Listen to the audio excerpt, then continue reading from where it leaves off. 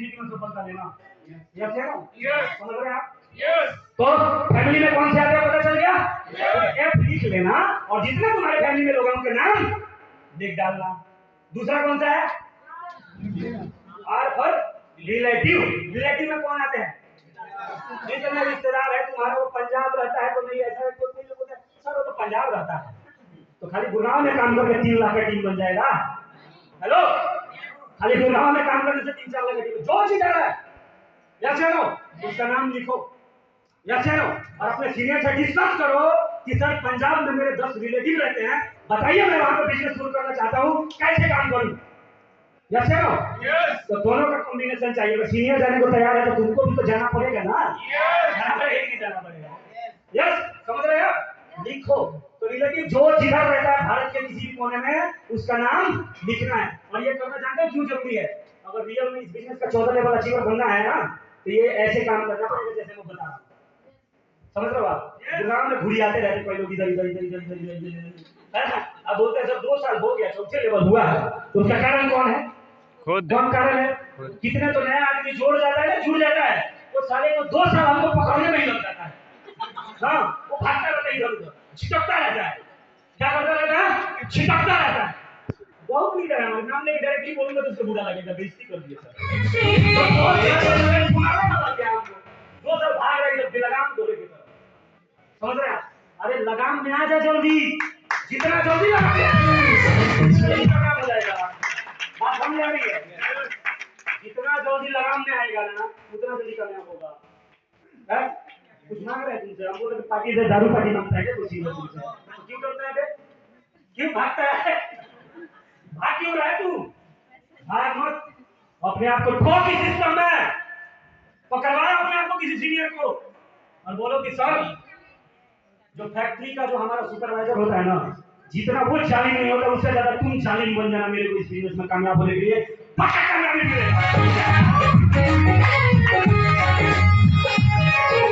यहाँ पे कोई सीनियर थोड़ा सा बोल देता है बुरा मान के बोल जाता है, हमको बोल दिया सर और हम काम नहीं करेंगे।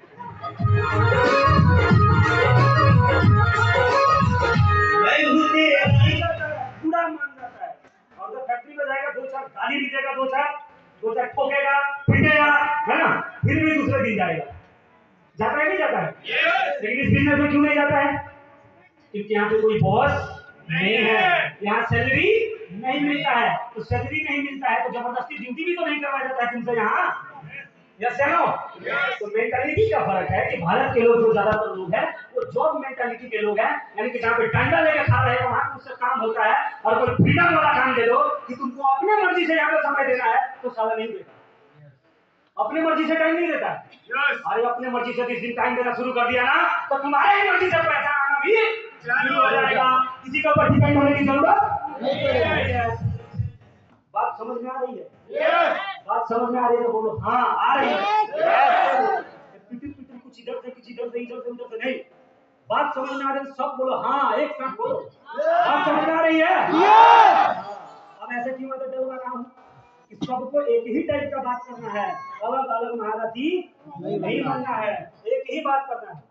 इस बिजनेस में सक्सेस होने के लिए कितने आईडी से काम करना ज्यादा जरूरी है? कौन कौन बोला कौन कौन नहीं बोला हमको नहीं समझ में आया। हमें सबका चाहिए, सबका आवाज एक साथ चाहिए। इस बिजनेस में सक्सेस होने के लिए कितने आईडी से काम करना जरूरी है?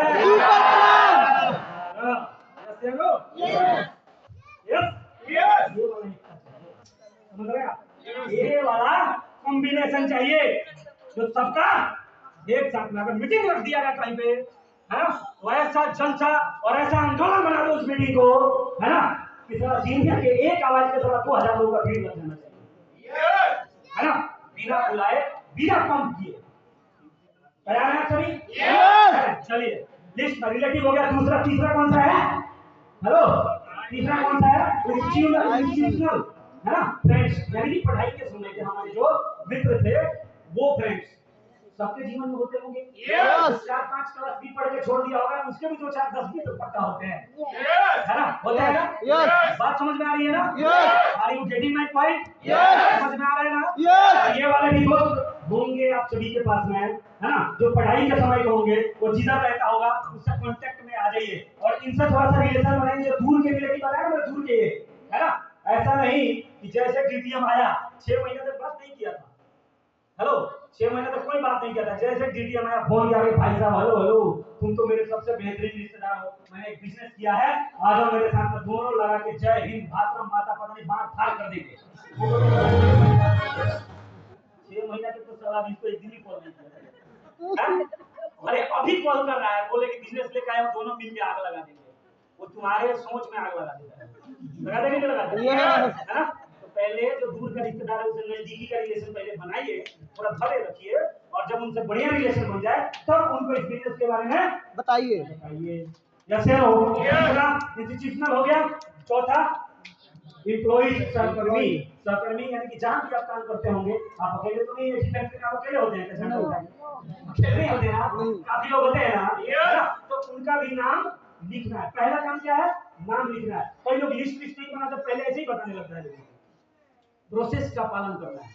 क्या करना है, प्रोसेस को फॉलो करना है। पहले उनका नाम लिखिए, और नाम लिखने के बाद में अगर आपको नहीं समझ में आ रहा है कि सर इनको अप्रोच कैसे करूं, इन सारे लोगों को अप्रोच कैसे करूं, तो अपने सीनियर के साथ में बैठ के बात करिए कि सर मैं जिस फैक्ट्री में, बताओ भाई,